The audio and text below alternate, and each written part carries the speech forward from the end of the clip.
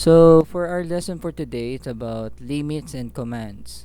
So our three objectives for this lesson is to define limits command, establishing limits in the model space, value the importance of limits in overall AutoCAD drafting performance. Okay, so limit. Ano yung ibig sabihin ng limits? Parang ganito yan no? Halimbawa, meron kayong... Ayan, saglit. Okay, parang ganito lang yan, no? Halimbawa, meron tayong project, tapos meron siyang particular na measurement or yung halimbawa, isang part ng sasakyan. Halimbawa, sabihin natin yung steering wheel ng kotse, no? May laki siya, no? Ngayon, para magkasya siya doon sa papel, maglalagay tayo ng limit or limitasyon na hanggang doon lang. So para halimbawa, kung wala kayong idea sa actual measurement ng steering wheel na yon, pwede kayo magbase sa ano yung pinaka-closest na sukat. Halimbawa, sabihin natin, pwedeng yung steering wheel na yun is around 16 inches by 16 by 16, no? Yun yung limit mo. So, ibig sabihin, pag gumawa ka ng steering wheel, hanggang doon lang siya. So, pwede ba raw yun sa AutoCAD? Pwede yun. Magkakaroon tayo ng limit. Kasi kung mapapansin nyo, yung interference ng AutoCAD, unlimited siya. Pwede ka nga gumawa ng building or buong city or buong mapa ng mundo, pwede mong gawin sa AutoCAD. Kasi limitless ang kanyang measurement. So ngayon, para magkaroon lang siya ng limit, para hindi ka sumobra doon sa target measurement mo, maglalagay tayo ng limit. So, ganito po siya ginagawa. So, let's begin in our lesson. So, our learning content is about limits command. So, set invisible drawing boundary in the drawing area. Bakit set an invisible? Invisible kasi hindi siya makikita. Ngayon, ang idea na lang para malaman natin kung nasaan si limitation, kasi actually hindi ko malaman kung paano ko ilalabas yung ginagamit ko to si limit command. Hindi ko alam kung paano i-set up or palabasin yung kung nasaan si limit command. Kung hindi, nakikita ko na lang kung hanggang saan yung limit pag minumove ko na yung aking cursor. Ibig sabihin, hanggang doon lang yung movement ng cursor ko kasi limited lang siya. Okay, so there are two types to open the yung dialog box ng limit limit command, no? Okay. So you can type in lim, that is for the for limit command cursor in the dynamic input, no? So pwede kang maglagay sa dynamic input or type in the command line bar doon sa ibaba, no? So let's see in AutoCAD. So here, ito yung ay teka lang, hindi pa pala ako naka-share ng ng AutoCAD. Teka lang. Hindi pa pala ako naka-share, no? Anyway, share natin. Yan. Yan. Kita nyo na yung CAD ko? Apo, sir. Okay, yan. So, ito yung cursor. Yan, makikita nyo sa cursor ko. Magta-type in lang ako ng LIM. Tapos magda-drop down yan. So, tapos ang pipiliin natin yung word na limits. So, you can enter or click the space bar or enter or any those dalawa. So, pag click mo ganyan, maglalabas yan ng represent limit space. So, yan na po yun. Nag-open na po yung So, merong mag-a-appear sa tabi ng cursor natin yung word na reset model space limit. So, may limit space siya. So, dito, nakalagay dito sa model space limit ko is 81 by 56. Nagmo-move siya depende sa paggalaw ng ng cursor mo. Pero pwedeng mo siyang indicate kung kung hanggang saan yung limit, no, ng corner. Okay, so another one. So kanina yung sa tabi lang ng cursor na by typing on the interface niya. Pwede rin dito sa line command, no? So pag click natin sa line command, just type in LIM then mag-scroll up yan ng line check or limits. So click natin yung limits. So ganun na ulit, naka-open na tayo sa limit. So that's is limits. Okay, so okay, next. Yan. So sa limits, may mga lalabas diyan na lower left corner, upper right, on and off.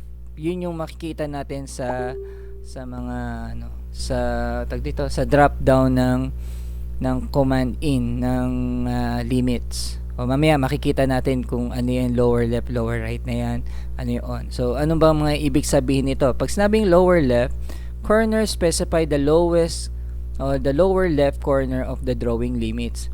Ito, kumbaga kung sa coordinates, ang ine-specify nito is yung line L. Line L.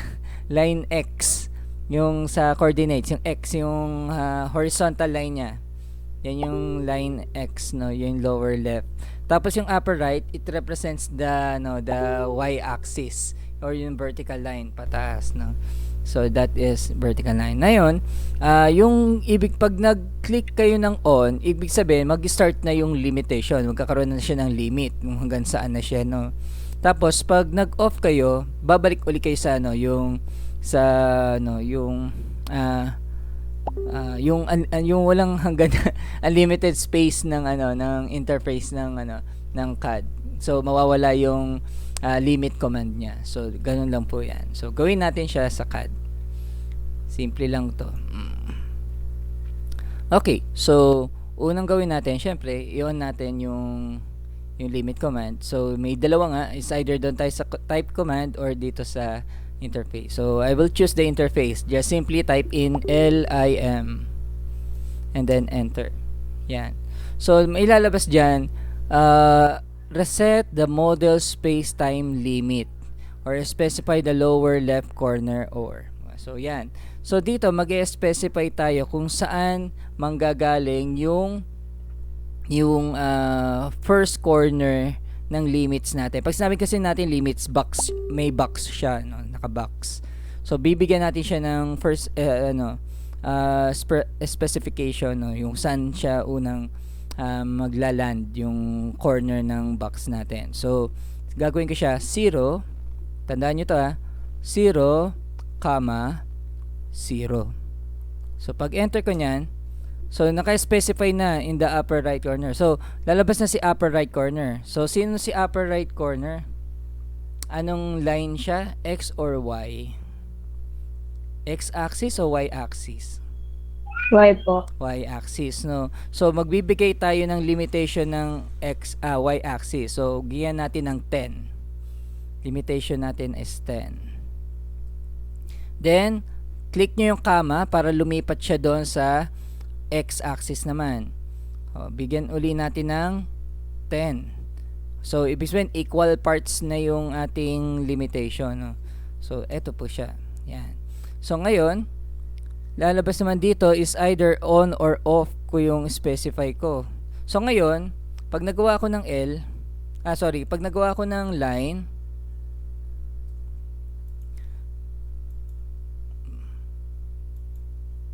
ay gumawa ang line ko.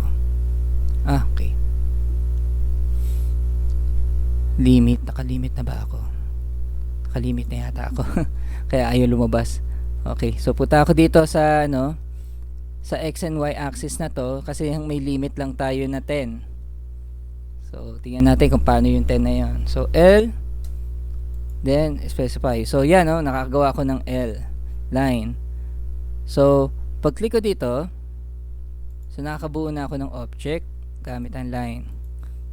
Ngayon, dahil naka-on yung aking limit, tingnan nyo mangyayari pag naggawa uli ako ng line beyond the 10. Beyond 10. Pag dinusong ko dito, tingnan natin kung hanggang saan yung pwedeng igalaw ng X. Tingnan nyo dito, kahit anong click na gawin ko dito, ayaw nang dumuksong. Ayaw na siyang dumuksong doon. Pero pag binalik ko dito, nakakabuo pa rin ako. Pero pag nilampas ko na dito, ayaw na siya. Ayaw na siyang bumuo. Hindi na siya nakakabuo. Kasi may limit siya. Ngayon, paano natin malalaman kung hanggang saan limit? Kasi nga, sabi doon sa definition is invisible. hindi natin siya makikita. So, paano natin bibilangin yan? So, bilangin natin siya gamit yung per box. Kasi yung per box natin, meron niya measure ng 1. Or 100000000. So, ibig sabihin, ang bawat katumbas ng box na yan is 1. So, bibilangin natin siya kung 10 na siya. Kung 1, 2, 3, 4, 5, 6. Ano ba to? 10. So, limited siya 10. Teka, ano bang grid itong limit ko? So, nakadepende sa grid line ko. Okay. Tingnan natin kung ano yung specification nito. Bakit ganon? Sige, tingnan natin yung specification. So, balik tayo kay AutoCAD. Sa ano? Ay, nawala. Sorry. Yan. So, meron tayong origin kasi, no? Okay, let's do the step by step kanina, no? Una muna, nag-type ako ng LM. Tapos, enter the spacebar or enter. We going to specify which is kung ano yung X natin, then ano yung Y axis natin. Then, it will transfer to the next one by using comma. Ayan, no? So, the X, Y, and the Y axis. Then, spacebar, then enter uli. Tas tatanungin ako niyan kung what specific upper right corner. So, kung saan raw makikita. So, ginawa natin 10 by 10. And the spacebars enter. Yan. Sa 2014, lumalabas yung yung tag dito, segmented line that indicates yung limitation. Pero dito sa sa 2019 ko, wala na siya, hindi na siya lumalabas. So, ibig sabihin mayroong difference between in command doon sa version ng CAD na ginagamit natin. So, in AutoCAD, may ganun pala siya. So, ang grid spacing kasi dito is 1 by 1. So, ibig sabihin, pag binilang natin yung box, papasin nyo, 1, 2, 3, 4, 5, 6, 7, 8, 9, 10. So, ibig sabihin, hanggang doon lang ako pwedeng gumawa ng line. Pag lumampas ako doon sa box na yon, sa 10 boxes ng X and 10 boxes ng Y, ibig sabihin yung limit na yon, hindi na ako pwedeng gumawa ng ibang drawing doon. Limited lang siya doon. So, yan yung ibig sabihin ng limits.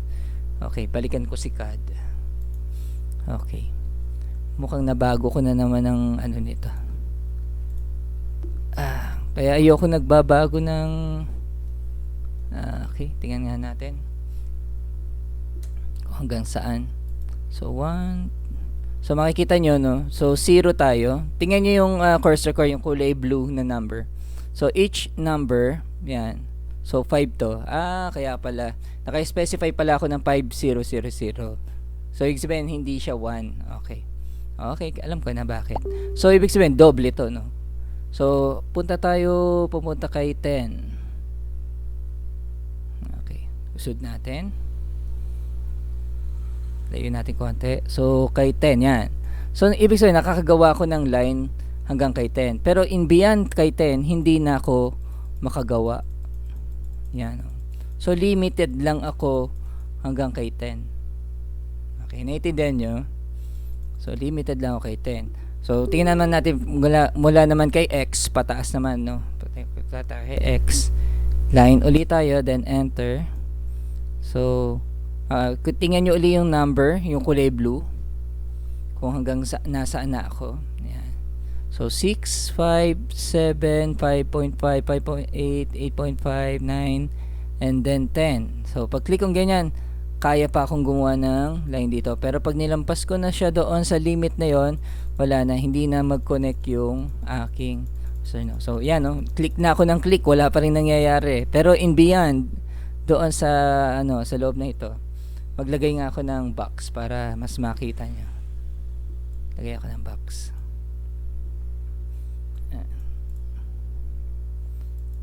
Okay. Gawa tayo ng box.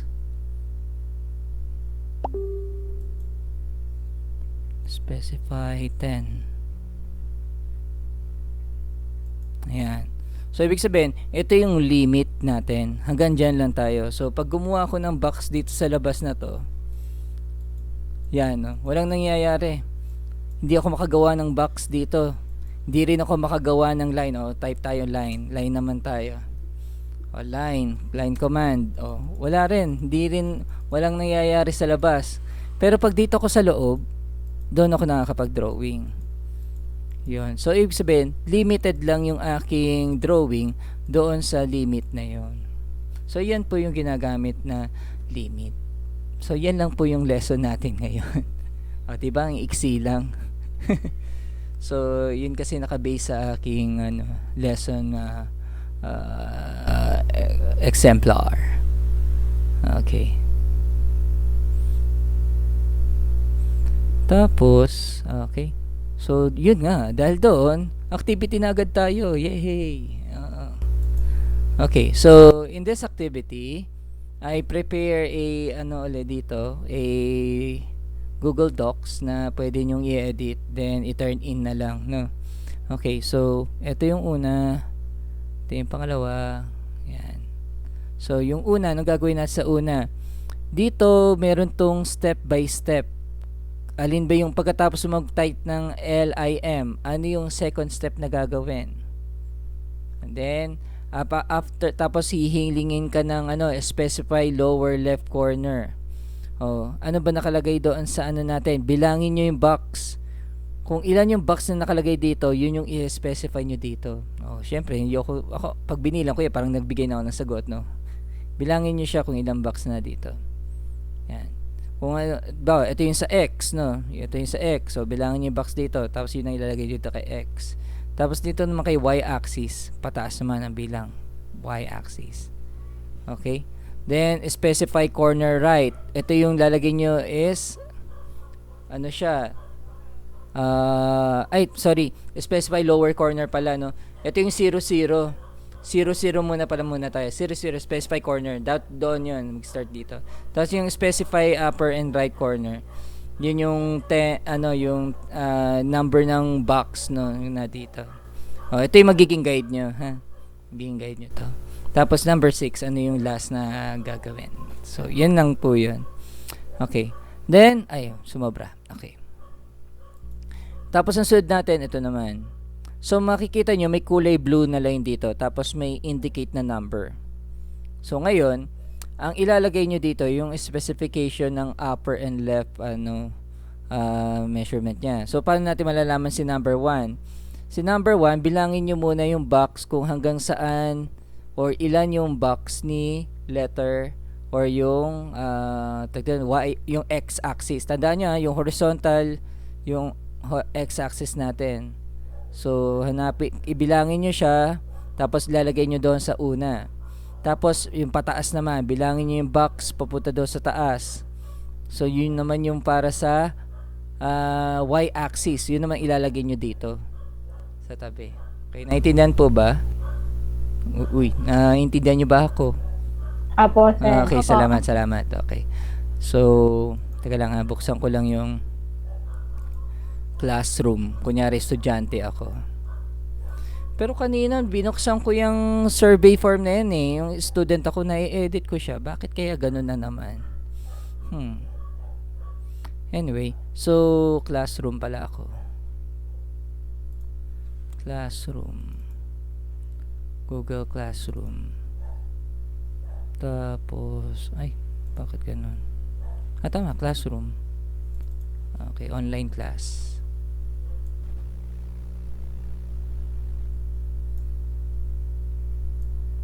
Okay, so dito sa dalawang na to, ang activity yung pretest nyo. Ito yung sa pretest, no. Mamaya sige, babaguhin ko yung pretest, ha.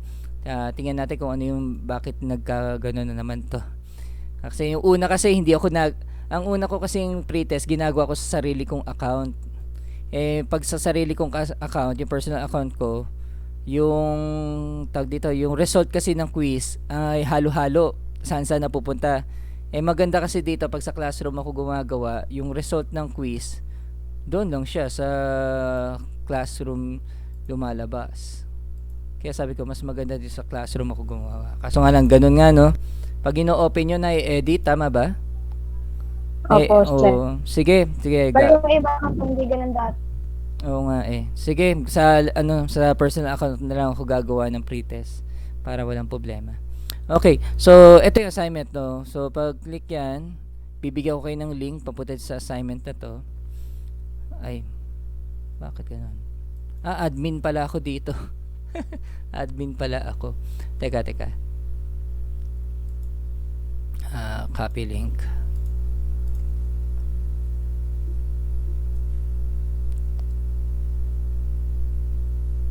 Ayan, student na ako dito. So, pag sa student view, ganito yung lalabas sa inyo. Click nyo lang to, mag-open uli yan sa Google Docs. Then, ito na yung activity nyo. So, yung picture, naglo-load pa. Ayan. So, bilangin nyo lang yung box na dito. Kung ilan box ang X and ilan yung box ng Y. So, ibig sabihin, yun yung measurement. Ayan, nakalagay naman dito, it's indicate as 1.000. So, ibig sabihin, 1, 2, 3, 4, 5, ganun siya. So, indicate nyo nandito, lalagay nyo lang dito. Okay? Ayan. So, yun yung lower and ano natin. Yung specify lower corner muna, 0, 0 nilalagay dito. Tapos yung specify corner, yun yung count ng X and Y. Yun ang ilalagay. Okay, malinaw? Okay. So, dito naman, yan, ganun rin. Bibilangin nyo yung number ng X sa Y. Okay? So, bilangin nyo yung pababa, and bilangin nyo yung pahalang. Tandaan nyo ang X, ito, yun yung unang ilalagay, yung horizontal, horizontal plane muna, bago yung vertical. Laging nauuna. Kasi, some boxes here, magkaiba yung measurement ni horizontal kay vertical. So, ibig sabihin, may hindi perfect square dito. So, yun, malalaman nyo kung pagkatapos niyo siyang bilangin. So, ganun lang. Halimbawa, ang bilang nyo dito, pag ganyan, is bilang nyo dito 14. So, ang bilang nyo sa 14. X nyo 14. Then, yung Y nyo, bilang nyo 12. So, ganun lang. Tapos dito, ganun din. So, nasa pagbibilang nyo lang yan. Okay? Pagkatapos, pag natapos nyo ng sagutan, just turn in. Click turn in. Pag turn in sa classroom, may pop-up out uli na window. Tapos tatanungin ka, double check lang niya kung ito turn in mo talaga. Tapos turn in mo lang. Pag turn in, automatic lalabas na yan sa classroom ko. Dito ako sa kay classroom. Dito sa admin, lalabas yan dito sa classworks ko. Yan. Pag click ko yan, editing pala to, sorry. Dito ko pala dapat i-click. So, pagbukas ko niyan, automatic, titingnan ko kung sino nag-turn in. So, dito, lumabas dito, si Alfred nag-turn in ng activity niya. So, ganoon rin kayo. Pag nag-turn in kayo, lalabas kayo dito sa ko. Katulad nito ng mga unang assignment na ginawa ko. Yan, nag-turn in na sila. Yan. So, dito kayo. Pag hindi pa kayo yan, so meron na kayong mga kanya-kanyang kopya para mag-turn in ng inyong assignment. So, that's all for today, guys, no? Thank you. So, any question about this activity? Ipopost ko ngayon yung PowerPoint. Okay. Baka kasi sabihin nyo, sir, yung PowerPoint. Okay. Ngayon din, papakita ko sa inyo. Post natin. Add natin ang PowerPoint. File. Add natin ang file. Saan ko ba nakalagay ito? Sa aking PowerPoint. Ito. So, add ko na.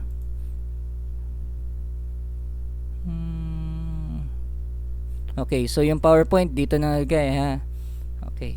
So, PowerPoint. Open. TD10.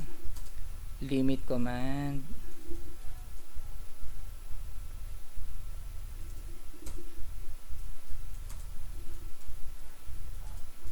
Lesson. Yan. Pause ko na, ha. So, pag hinanap niyo yung PowerPoint, dito lang yung PowerPoint. Mamaya, i-upload ko yung recorded video ko para meron rin kayong idea kung ano nangyari sa